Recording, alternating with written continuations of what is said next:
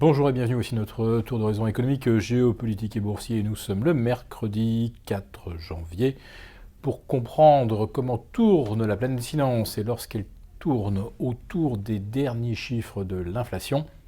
C'est sur la bourse au quotidien et nulle part ailleurs. Et l'épisode du jour s'intitulera naturellement l'inflation, c'est pas que pour les actions. Et pourtant, si, depuis 2009-2010, l'inflation ne concerne que les actions. Une inflation, nous vous le rappelons, totalement orchestrée, de façon parfaitement délibérée et assumée par les banques centrales, qui pensaient par ce biais alimenter un effet de richesse, dont on a vu qu'au maximum il réjouit 1% des habitants de la planète, et qu'il enrichit véritablement les 0,1% les plus riches.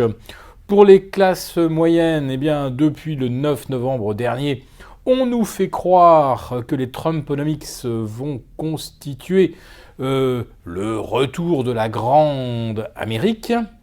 Mais pour les 50% d'Américains qui ne payent pas d'impôts, en quoi les baisses d'impôts promises par M. Trump vont-elles contribuer à augmenter leur pouvoir d'achat ? Mystère. En ce qui concerne les déficits, il va bien falloir les payer. Et cela, ce sera probablement par de l'émission monétaire. Plus de dollars, pas plus de richesse. Donc le dollar devrait voir son pouvoir d'achat baisser. Celui des Américains les moins riches en fera certainement autant. Mais l'inflation fait également son retour en Europe. Alors, aux surprises, hier, on découvre 1% d'inflation en Allemagne. Non pas sur un an, non, d'un mois sur l'autre, plus 1%.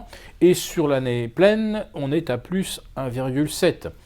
En ce qui concerne l'Europe, nous voici maintenant à plus 1,10%. Alors c'est vrai que nous assistons à un phénomène rare. La facture pétrolière augmente, mais elle augmente doublement. D'abord parce que le prix du baril a effectivement rebondi de 44-45 vers 55 depuis l'élection de Donald Trump, mais également le dollar a repris plus de 5-6% face à l'euro.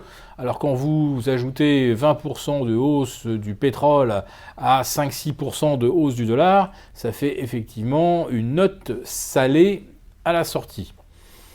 Le Japon est à la même enseigne, avec un yen encore plus affaibli que l'euro. Mais au Japon, pour l'instant, pas vraiment d'inflation. Alors est-ce qu'il faut redouter effectivement que les prix dérapent sans contrôle ?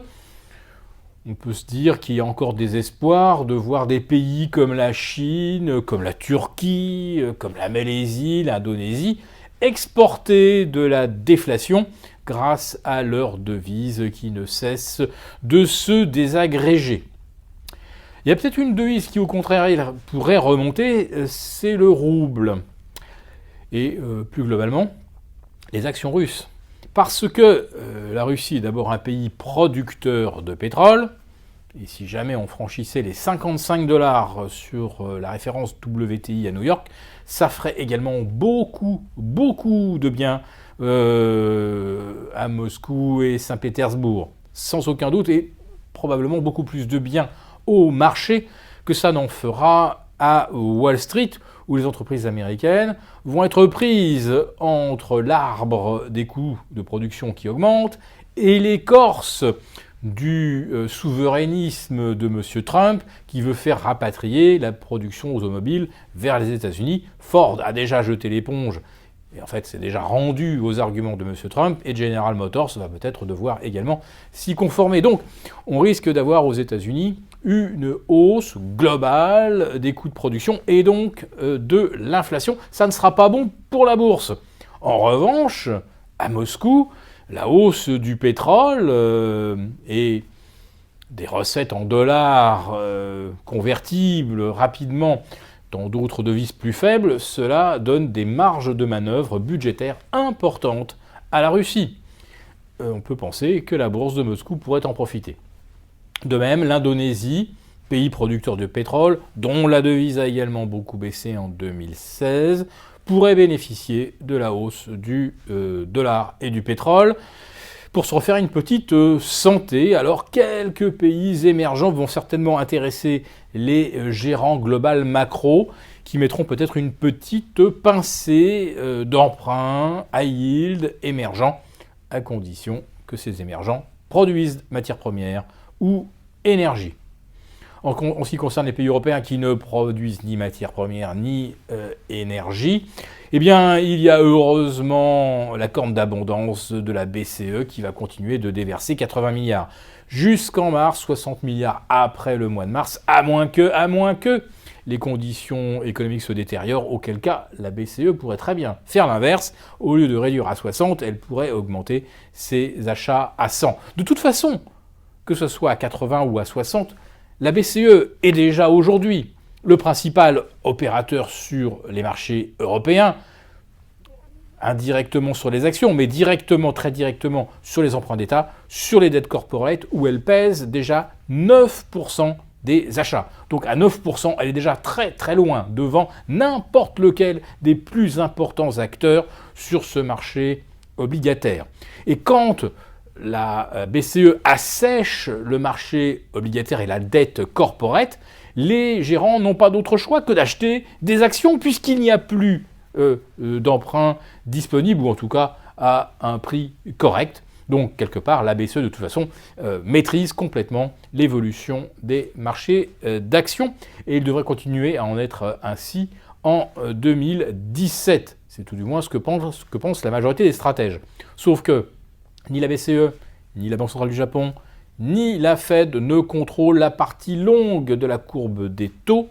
Si jamais on voit, avec les anticipations inflationnistes qui ont ressurgi avec l'élection de Donald Trump, si on voit ces anticipations continuer de s'exacerber, si l'on voit les taux longs américains dépasser les 3%, si on voit les OAT, nos OAT, afficher un rendement de plus de 1%, si on franchit le cap des 0,50, 0,60 sur les Bunds, alors oui, là, d'un seul coup, on peut se dire que l'on aura carrément changé d'air. 35 années de décroissance des rendements obligataires, on pourrait assister au grand retournement. Et a priori, les règles classiques de prime de risque entre obligations et actions n'ont pas forcément changé. C'est juste qu'il y a un effet d'inertie toujours en faveur des actions parce que les banques centrales poussent toujours les opérateurs à en acheter encore et plus, mais il y a un moment où le comparatif avec les rendements obligataires long terme provoquera un grand renversement. Et comme les banques centrales nous ont amenés sur un territoire inconnu en matière de volume d'émissions et en matière de politique non conventionnelle, on ne sait absolument pas quelle forme pourrait prendre la correction, et ça pourrait carrément s'appeler une déflagration.